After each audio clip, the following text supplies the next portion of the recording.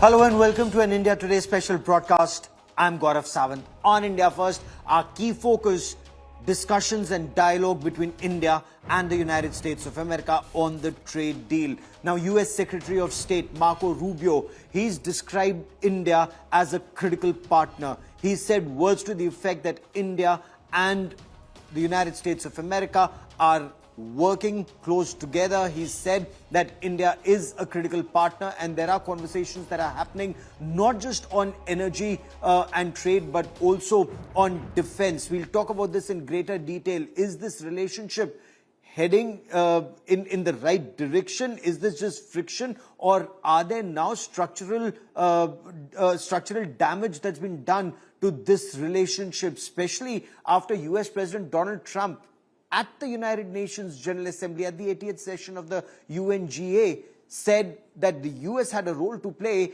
in the ceasefire between India and Pakistan, or his role in bringing an end to that war, which India has repeatedly said is not true.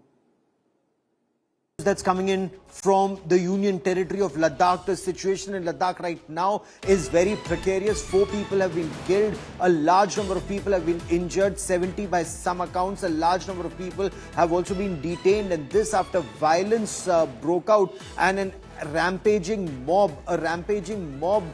went and targeted the office of the Bharatiya Janata Party. Right now, the situation is such that the district administration has clamped Section 163 of the Bharatiya Nagrik Suraksha Sanhita. Section 163 of the Bharatiya Nagrik Suraksha Sanhita mandates not more than 4 people can assemble in any one area. And look at these images that we are playing out on your television screen. There is an apprehension that there could be disturbance to public peace and danger to human life, and this after violent protests left 4 people dead and more than 70 injured as the rampaging mob torched vehicles. They targeted the BJP office in Leh and a part of the Ladakh Autonomous Hill Council building.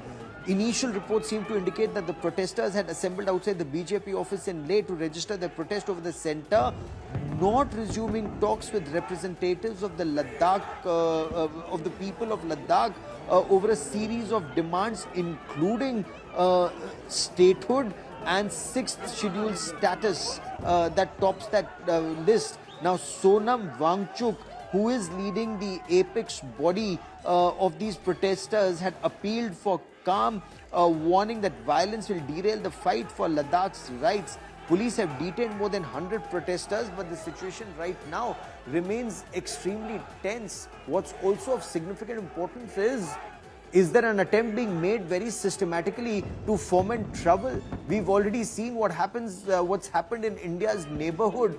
Are similar elements or same elements getting activated even in our country? This is something that the police are also investigating at this stage. Look at the funders of movements that have taken place in India's neighborhood, and that's been a cause for grave concern that are outside forces trying to foment trouble in India. Suddenly, a rampaging crowd starts torching vehicles on the streets and then setting buildings on fire. Is all of this following a template? There's another very disturbing question right now. What is it that the administration was doing when there were intelligence inputs about possibility of fomenting trouble and fueling fires in India? Why was the administration caught napping each time? We will get you more on this story as inputs come in.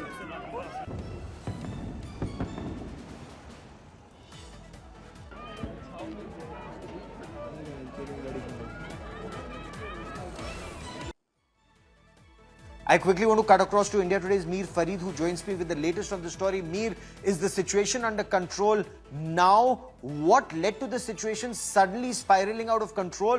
That vehicles were torched, buildings were targeted. How did 4 people get killed and 70 injured?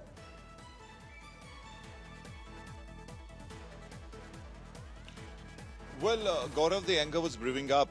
As you rightly explained, this was not the first protest or call of its kind. Previously, all these protests were very peaceful because the person who was heading it believed in non-violent forms of protests. Sonam Wangchuk was on a hunger strike, 15 days hunger strike. He'd called for a bandh, and then it was also supported by the lay apex body. This morning, as the bandh came into force, at one location the violence started, and the nature of this is that we know previously also in several occurrences you have violence, immediately spills over, it takes under it various other areas, and the same thing has happened. It started at location, then it spilled over, and soon you had violence, rioting, public property being damaged, vehicles being tossed at multiple locations. Police, we know Ladakh, they do not have the experience of tackling such kind of protests, because previously we've seldom seen this kind of violence. So they were caught literally on the back foot. They did not know how to react, and by the time they reacted, there was a lot of violence already. BJP office was torched, several vehicles torched, highway was blocked, and a lot of damage to life and property. Then the police resorted to firing. We've been told that 4 people were killed in this. There are others who are also injured, and we know once there is casualty, it only adds fuel to the fire. Exactly that's what has happened. They're trying to impose curfew right now. Curfew has been imposed. There is calm. But we know situation is tense, though Sonam Wangchuk has come out and appealed for peace. He said that whoever is doing this is against the interests and against their agenda, which obviously is through peaceful means. He's trying to do that. So just remain peaceful. Same appeal from the Lieutenant Governor Kavinder Gupta. We'll have to wait and see how this unfolds tomorrow. It's a very critical day. But as you rightly said, all angles being looked into, whether there is some external influence to this. We know what has happened in the neighborhood, well, almost in every country where there have been protests, especially in Nepal. So that is very critical. But right now, the focus is on to take control of the situation, ensure there is no more rioting, and then take it from here. And that's exactly what the Lieutenant Governor has also said. Back to you. Beneficiaries of foreign aid, their role in fueling trouble, is that being looked into, is something that India must investigate in the right earnest. There's more breaking news that's coming in. Mir, stay with me. The crackdown on the terrorists and terror supporters after Operation Sindoor continues, and these are those who'd helped the terrorists, the Pakistani terrorists who came and targeted. 26 people were killed. Hindus were singled out and massacred in Pahalgam in front of their wives and children. And a local person from Kashmir, and his name is Muhammad Yusuf Kataria. Muhammad Yusuf Kataria has now been arrested by the police in Jammu and Kashmir. He's reported to have provided assistance and logistics support to these terrorists who came in from Pakistan. I want to once again bring in Mir Fareed for more on the story. Mir, what more do we know of this Muhammad Yusuf Kataria, and what role did he have to play in aiding those Lashkar-e-Taiba terrorists who came from Pakistan and massacred innocent Hindus and Indians in Jammu and Kashmir and Pahalgam?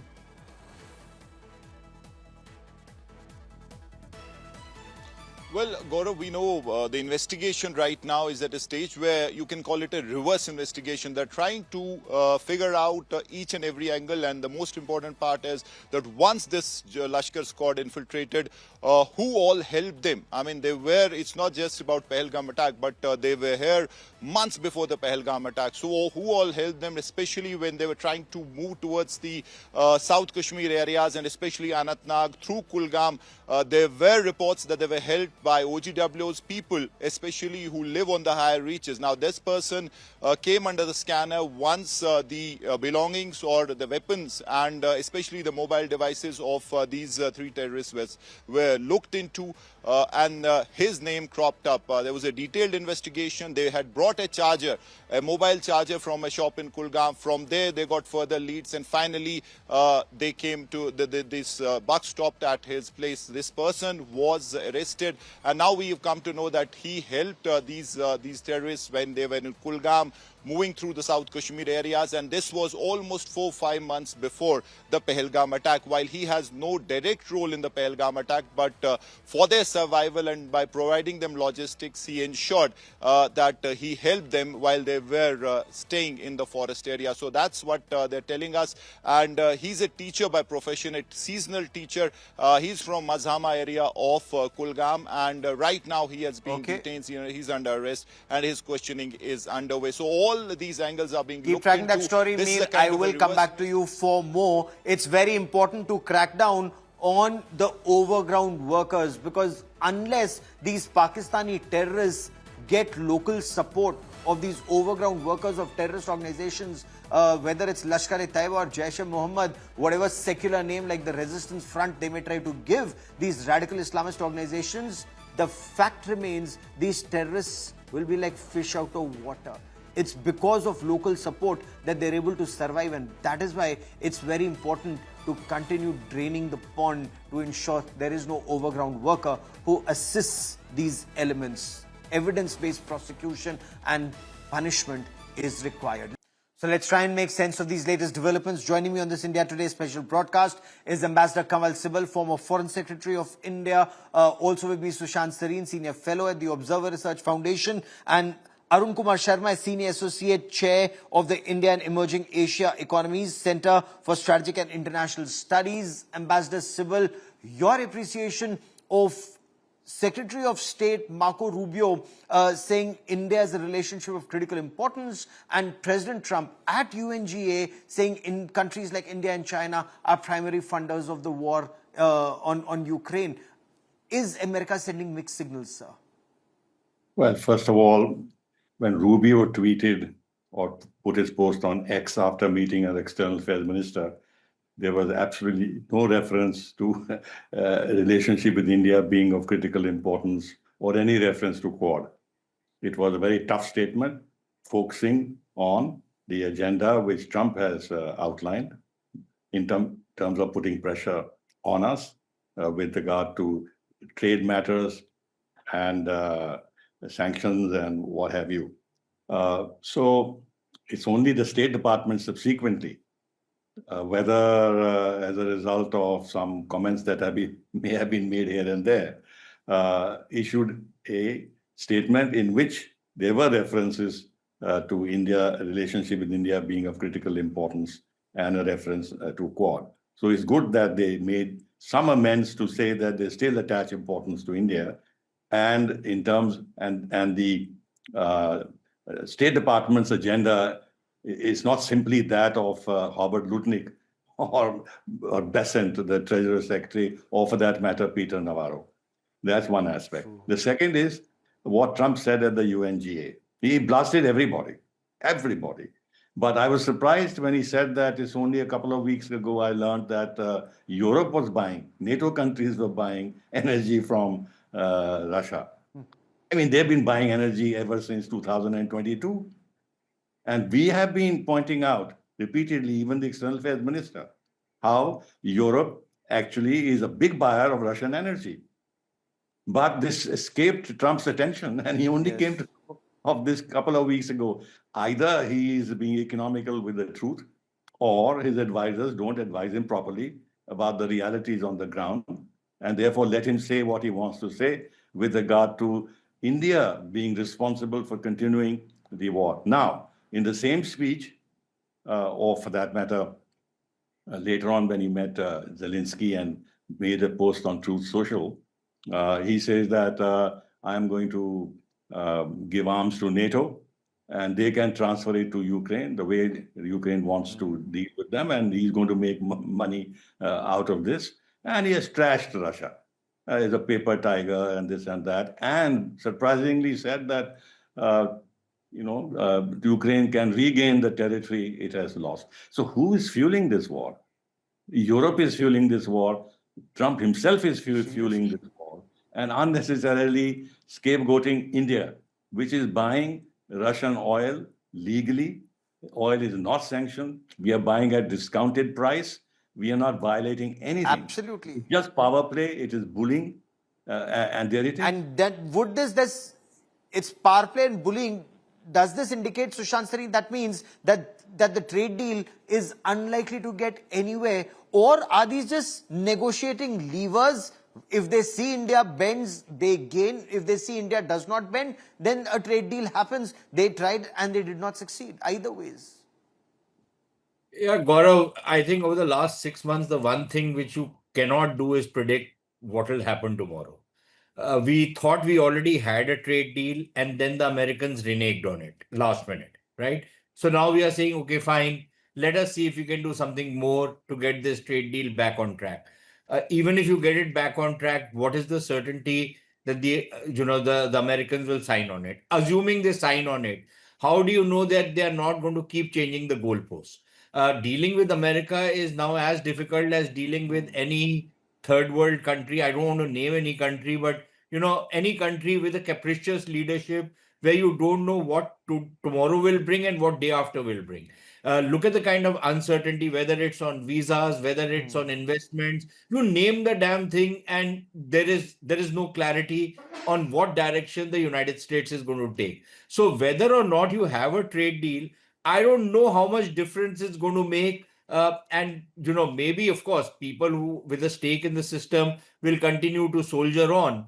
But for most other people who were thinking of building up some kind of a trade relationship, some kind of an economic relationship, I think they are going to be extremely wary of dealing with the United States, not just in India, but around the world. So one is on this whole trade deal thing. Now, if this is the way you put, Ambassador Sybil is Yes. out here, he's a diplomat. There are ways and means of putting pressure, using levers of power, not the way these guys are doing it. Instead of writing Art of the Deal, Trump ideally should have written a book, The Art of Alienating People and Making Enemies Out of Friends. That's what he's trying to do. He's crapping on Oh, everybody, whether absolutely. That's whether exactly what he appears to be doing. yeah. So And so Professor Sharma, does this indicate, Sushant Sareen pointed out, it's the art of destroying a deal. Where is that trust in the United States of America anymore? Even if a deal is negotiated, this administration, can you even trust Donald Trump? Or is it wise to just ride out the storm for another 3.5 years?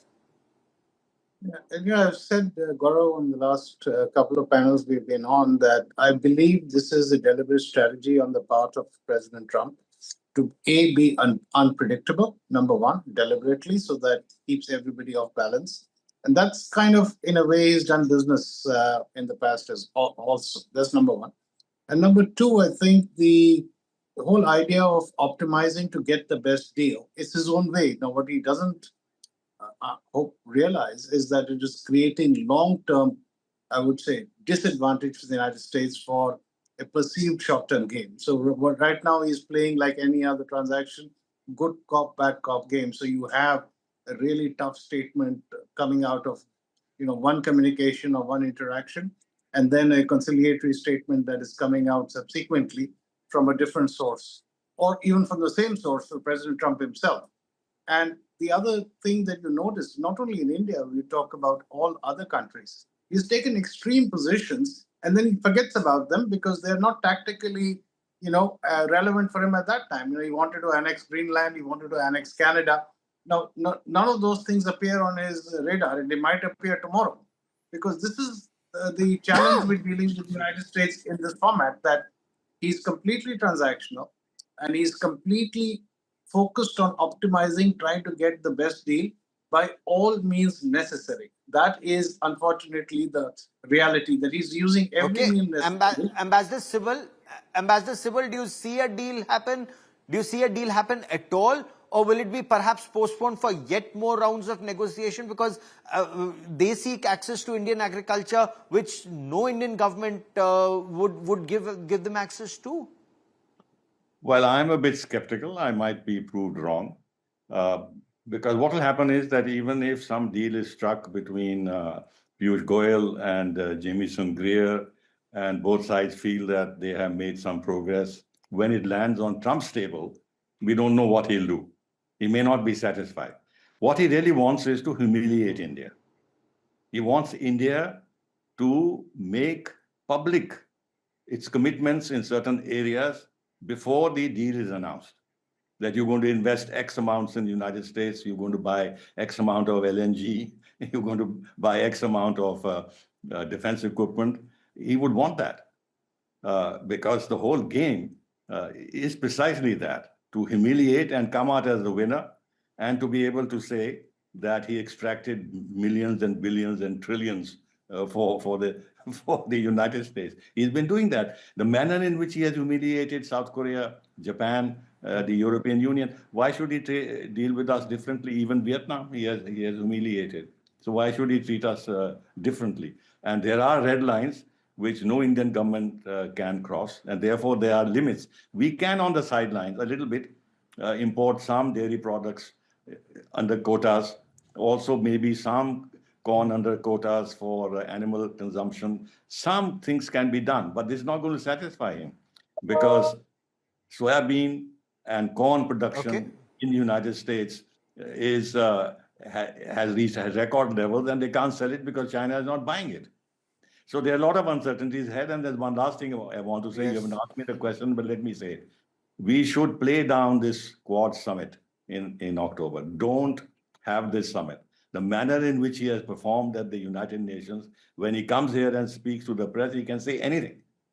And he can embarrass the government of India. So, and then in any case, he has more or less disowned the Quad. His whole thrust towards China is not in that direction. This is just a caution. That's a very important point you're making. The last 30 seconds that I have on this part of the show. Okay, Sushant Sareen, would you agree? Let's not have the Quad summit if this is how Donald Trump is to behave. You know, Ambassador Sybil has taken the words out of my mouth. I was just going to say that. See, I'll tell you the problem. The problem is the Indians are, one, constantly talking about Quad and constantly saying that, yes, you know, despite all the tensions in the relationship, the defense part of the relationship remains pretty much robust. The strategic partnership remains very much in place. That is one of your leverages against the Americans. You can't have it that you are dumping on me everything. You know, you're taking a dump on me all the time. And then you expect that I tell you that the strategic part of the relationship is all very well. This is partly your leverage, and this is partly what you have to use. And this constant refrain that we hope Trump will come in October, November, December next year. Why the hell are we so keen on his coming out here? What is he going to come out here and do? In any case, that trade deal which Major Sybil is talking about, we'd already accepted, we were already ready to buy more energy from the Americans. We were already ready to do a lot of other things which would kind of balance the trade. Yet they want to shove things down our throat, which we don't want. Now, this is like a shopkeeper telling somebody that you have to take the stuff I want to sell you, not the stuff which you want from me. It doesn't work like that, does it? And finally, Gaurav, I'll take 10 seconds. It's one thing to, you know, deal with unpredictability and act unpredictable if you're doing a real estate deal, right? If you are, you know, construction magnate. This is not how you deal in diplomacy. This is not how you deal with other countries, other peoples. There are a lot of sensitivities involved. If the Americans Clearly not how you deal with strategic partners. Absolutely. Especially when you're dealing with civilizational states. And this is something that Donald Trump or anyone dealing with India, they may take time to understand this, but sooner than later, they will understand this, and especially when they see, and hopefully, that India stands together and the entire nation keeps India first. To all my guests, many thanks for joining me. Varshtad Bharat Namah Bharati Yatra Santiti. This is how the Vishnu Puran describes Bharatvarsh. Land to the north of the oceans, land to the south of the Himalayas. That is Bharatvarsh. That is the land of Bharatvasis. My guest today on the Chakravyuh podcast is best-selling author, diplomat, writer, podcaster, producer, Amish. Amish, welcome. Thank you. With the Chola Tigers, the Avengers of Somnath. Thank you. I want to begin by asking you, Amish, why you chose these lines from the Vishnu Puran to describe Bharatvarsh when you talk about the Chol Vansh. You know, I think there are many things around the discussions about our history which trouble me, which irritate me. Various things like, Indians, they never wrote anything. We were an oral culture. Apparently, the British came and somehow saved us, which is nonsense. Ancient Indians wrote a hell of a lot, more than the rest of the ancient world combined. Or that, we were basically just losing 1,000 years of defeats. I have some views on that too. We'll discuss that with this book. But a third thing that really troubles me is this: there was no India, and that the British created us. So we should be thankful to the British, right? And this is utter nonsense, actually. Uh, which is why I wanted to start with this line. Because when they say that there was no India, they are essentially asking for textual evidence to prove that it wasn't the British, but our ancestors who created India. There are many textual evidences. These lines from the Vishnu Puran is just one of them. It's very clear. North of the ocean, south of the Himalaya lies the nation, Varsham, lies the nation of Bharat, and there live the descendants of Bharat. There the Bharatvasis live. Our ancestors created India. It's evidenced in the Vishnu Puran. There are various other textual evidences, and we can discuss that if you want. But the British didn't create India. We shouldn't give them credit for stuff that they didn't do. But what about, I mean, I'll come to the Chola Tigers in just a moment, but what about those who say, fine, there were these villages and they had their chieftains, or there may have been the Magad Empire, there may have been empires in the past, but they did not control the whole country, the manner in which, for example, the Mughals did. No one else controlled the country like the Mughals or the British. That's the traditional historical perspective we've been taught. Not true. The Mauryan Empire was far bigger than the Mughals at their empire. And the correct term is actually Timurid, not Mughals. Yes. We call them Mughals. They call themselves Timurid, Timurids. descendants of Timur. It's evidenced by their seals, by the way. We think Babur is the founder of their dynasty. They themselves thought of Timur as the founder. That's how their circular seals were structured. So Timurids. But the Mauryans controlled far more than the Timurid Mughals ever did. The Timurid Mughals, you could argue that their administration did not extend to all of India. Their core area of control was between Lahore and Agra. Yes. Whereas the Mauryans, as is evidenced in the texts such as Arthashastra and various stone pillars, various other things, the roads that they built, it's all evidenced out there. They actually ran an effective administration which ran those places. To be fair, the British also ran an effective administration. But when in our history books they say that Alauddin Khulji controlled all of India, or Aurangzeb controlled all of India, Alauddin Khilji only lived in Delhi. If they're showing Tamil Nadu and Karnataka as a part of Alauddin Khilji's empire, the only thing that happened was he raided those areas, looted them, and went back to Delhi. That doesn't mean running the place, right? His administration did not, writ did not run in those areas. Not at all. There were times when Aurangzeb wanted temples in Varanasi destroyed. He couldn't implement it because his writ did not run there. And even though he would have collected loot from there. Yes. Yes. His capital was Agra, and he could not even have his writ prevailed in Varanasi. So, in many of these empires in the last millennium, you could argue they didn't run an effective administration across all these places. The places that are shown as a part of their empire in our history textbooks, large parts of it they could loot whenever they want. Yes, that's a fact. But to give credit to the British, yes, the British actually administered many of those lands, including those that were called the princely states. In effect, the British administered at least their revenue policies, no doubt. It's interesting you mentioned the Mughals, and when they say Mughals ruled this country from 1526 when Babur invaded India to, let's say, I'm not coming to 1857 because barely was Bahadur Shah Zafar an emperor in name, especially after the Peshwas came in, the later Mughals post 1707. So it's actually from Akbar 1556 to 1707. That's all that the Mughals have ruled for about 150 odd years. And even Akbar controlled much of, conquered large parts of India more in the late 1560s and 1570s. Yes. So the effective rule actually began around that time, 1570s. And even there,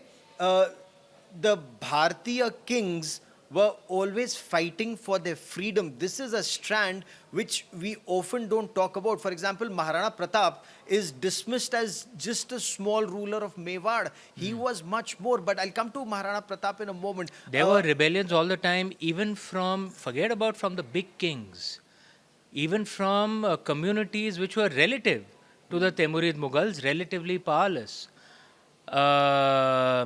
Akbar was among the better Timurid Mughal rulers. Yes. That cannot be denied. But where do you think his body is? Yeah. Where is his I body? mean, It should be in Akbar's tomb. Yeah. Yeah, it's not there. Yeah. Okay. There was a Jat rebellion. This was during the time of Aurangzeb. Akbar's tomb had been attacked. His body by the Jat, because they sacked they attacked Agra. From what I recall, they killed the Mughal governor, Agra, Correct. which is a heartland. And Akbar's body was dragged out of his tomb and burnt by the Jats. So let me just take a step back. When you write about the Chola tigers, you want our people to know that we had great kings, and even if you were to compare the Mughals and the Chola dynasty, Mughals in their zenith, 150 years, or in their entirety, 350 odd years, 330 years. What about the Cholas? Oh, close to 1,000 years in all phases.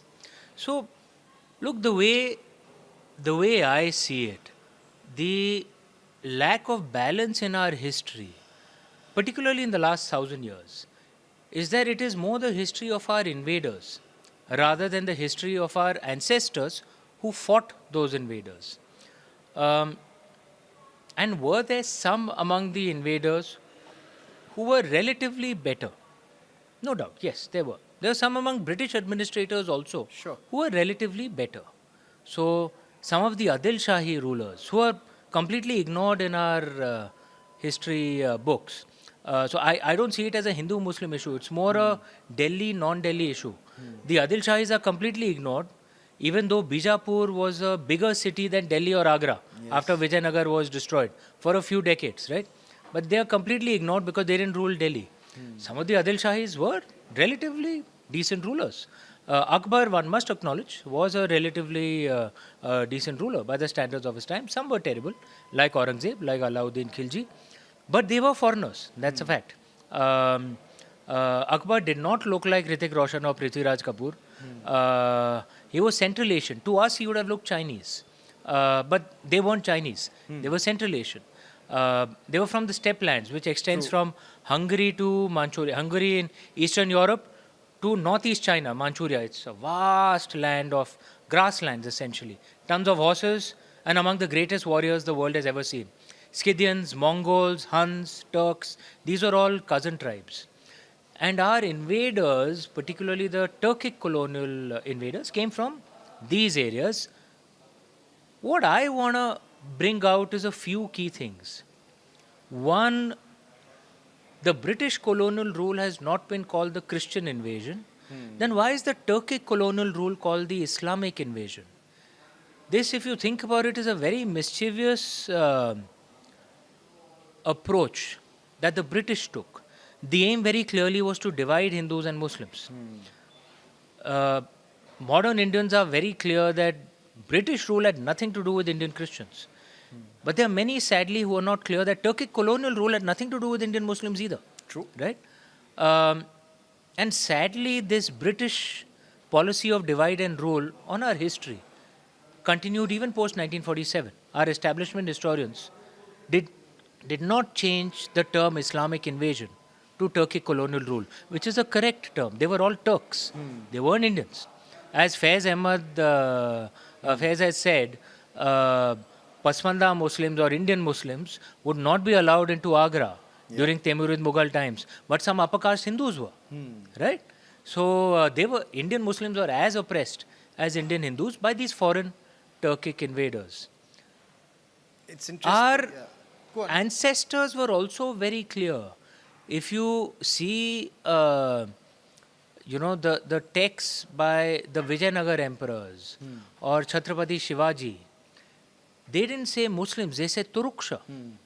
They called the Delhi Sultans and the Timurid Mughals Turuksha, which is Sanskrit for Turk. They were very clear that these guys were foreigners. Right? We need to be clear of that. That's the first thing.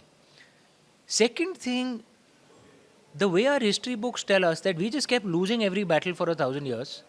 The British obviously had a selfish reason for again coming out with that narrative, because they convinced us that we're a bunch of losers whose job is to just accept the next invasion, right? And they civilized us, Yeah. and they trained us just to be clerks in the British Exactly. Empire. And to So be we are only fit to be babus. That's to all be we are fit babus. to be. We are a conquered, defeated people, Yeah. right? That's That's the the British narrative taught narrative. to us. But a question that had struck me when I was in school, that if what our history textbooks say is right, and that we were losing every battle for 1,000 years, why the hell are we still alive? Yeah. We should be dead. The same invaders who came to India, the Turks, the Huns, the Mongols, the Portuguese, British, Dutch, French, they went to every corner of the world. They wiped out all ancient civilizations. Aztecs, Mayas, Central America, bechare Native Americans in America, Pharaonic Egyptians, Greco-Roman culture, the pagan European culture, all of them all wiped out. Great Zimbabwe in Africa, all wiped out. But 1,000 years of invasions, we Indians are still standing. We are still here, right? So in my mind, the real story of the last 1,000 years is not 1,000 years of defeats. It's 1,000 years of the greatest resistance in human history. No bunch of indigenous people have fought so long and so hard to protect their culture. Every other culture gave up. Zoroastrian Persia, where is it? The Zoroastrians are alive in India. And They are the massacred massacres- out of existence. The massacres that we've seen in Persia, that Katleam happened in India, In India too, but we fought. But we and fought. our ancestors fought and they kept fighting and fighting and fighting and fighting. किसी ने हमारी संस्कृति को किसी ने हमें खैरात में नहीं दी है. सही बात है. हमारे पूर्वजों ने लड़ के इसे बचाया है. And that's the truth we should know. We aren't a bunch of defeated people. We're the toughest buggers around. We're the only ones who survived. The only ones. In fact, these this is same something- invaders wiped out every other civilization. While we are they the came and only invaded. ones who survived. The only ones. That's brilliant. You should mention that. In fact, even Allama Iqbal Yeah. has mentioned this. मिट गए रोमा, यूनान और मिस्र. कुछ बात है कि हस्ती मिट्टी नहीं हमारी. सदियों रहा है दुश्मन दौरे ज़मा हमारा. Ironically, it was Iqbal who said it. Yes. Because And then he went to we know Pakistan. we know what happened to him, regrettably. But what he said, I agree with. And I wanted there to is something elaborate. special in us that we are still here, and that is the self-image we Indians should have. We are the toughest people around. Our ancestors were the toughest around. They kept fighting when every other ancient people, they surrendered. Yep. And you mentioned that. So, okay, when all these Turkic invasions started, and they were breaking our temples and they were trying to destroy our culture, which is what they did world over. To conquer a country, you destroy their temples, you destroy their Nalanda, for example, you destroy their universities' knowledge, and you destroy the people. They did that to our country, but our country was constantly fighting. Your first book, and I want to talk to you for a moment about that, Suhaldev.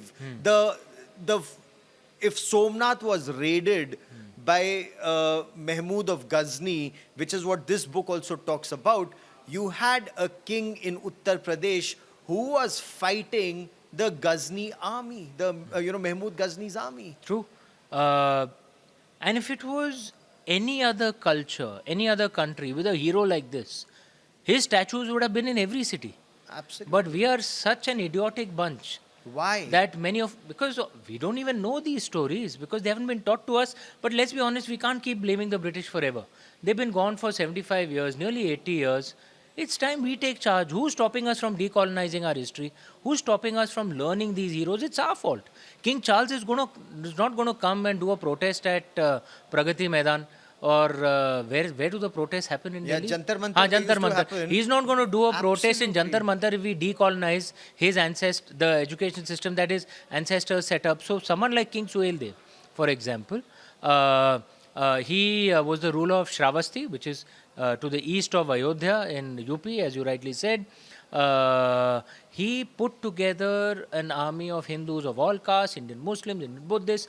He defeated the Ghaznavid army, and he followed the policy of Lord Krishna. Nothing like I will defeat you and let you go. He killed every single one of the Turkic soldiers. Yes. Didn't leave one person alive. And then legends say he burnt all their bodies. And then apparently the head of the commander was beheaded. He was beheaded, and the Masood head, Salar or yeah, somebody, and yeah. his head was sent back to Ghazni apparently, Yeah. with a message, and the message was well received, because for over 150 years no Turkic army came back to India.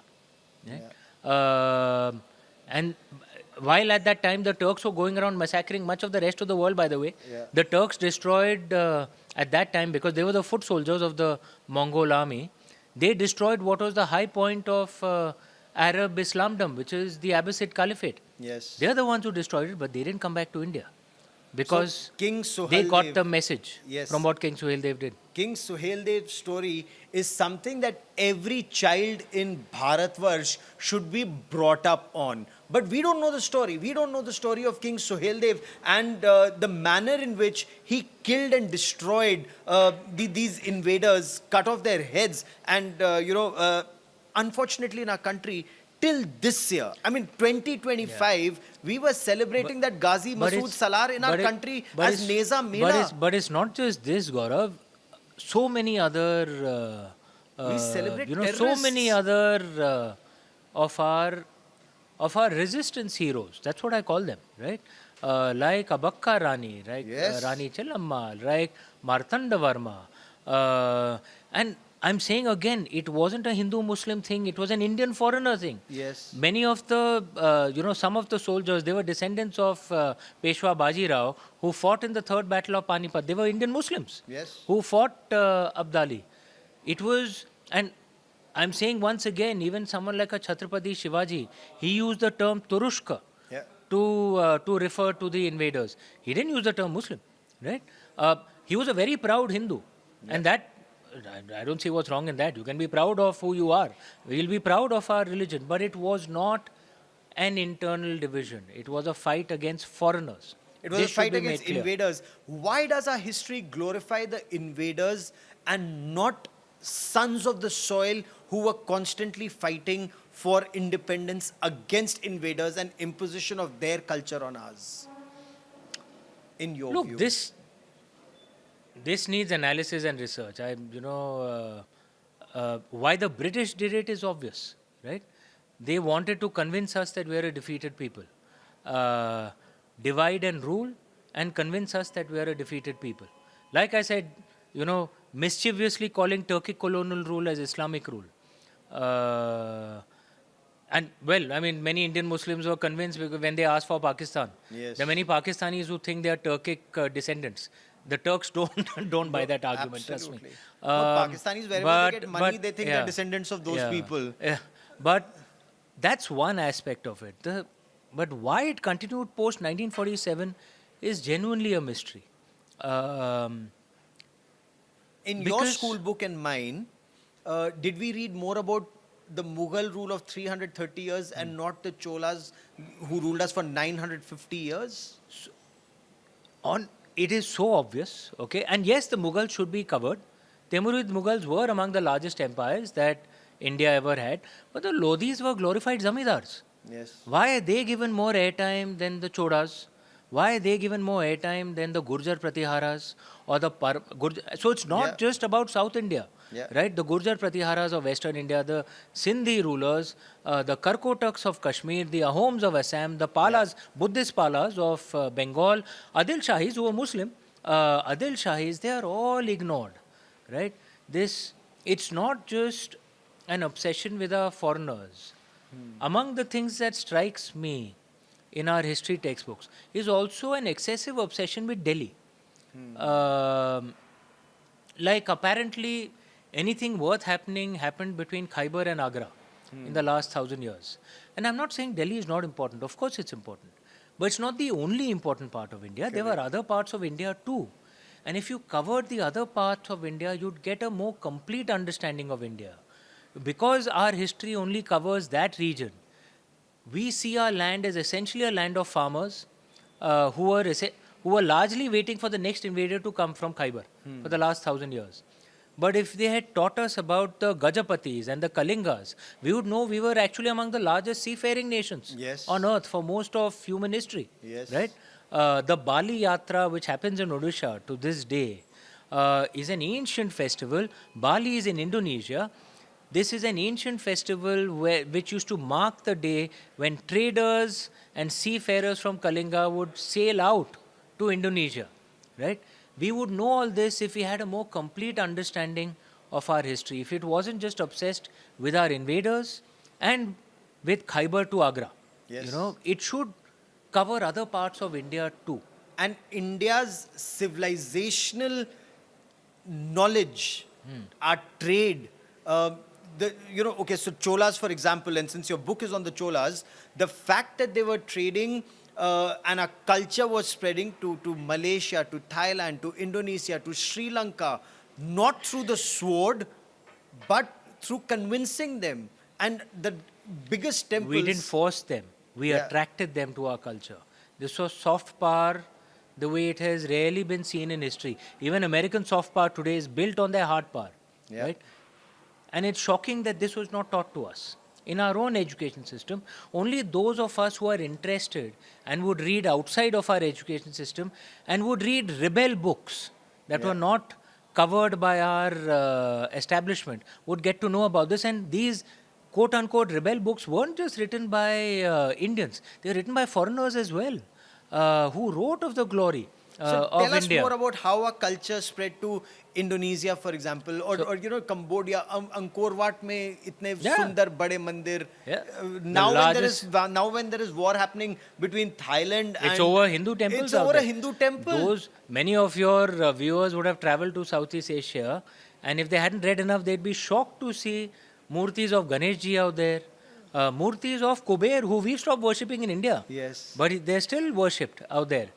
And they are Buddhists, but they worship Hindu gods as well. In any case, it's all intermingled, no? In the Indian way, you can be a Hindu, Buddhist, Sikh at the same time, simultaneously. Absolutely. Just like in Japan, where 70% are Buddhists, 68% are Shintos. Goes up to more than 100% because people identify with more than two religions.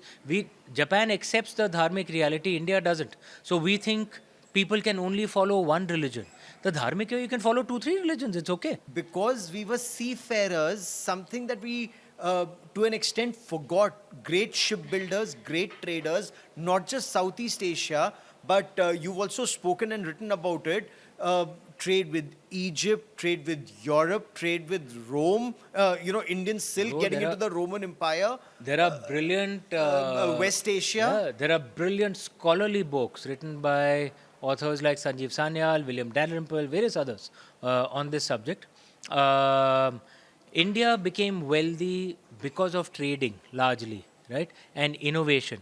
It's not that we suddenly got oil or something and we became... It wasn't a geopolitical lottery. We had spices, but we had to grow our spices and sell them to make money. Right? That's how we made gold. India has the largest hoards of Roman gold coins outside of the Roman Empire. It's because of centuries of trade surpluses. Emperor Vespasian had banned trade with India in the 2nd century Common Era because Rome was going bankrupt, importing goods from India and paying us in silver and gold.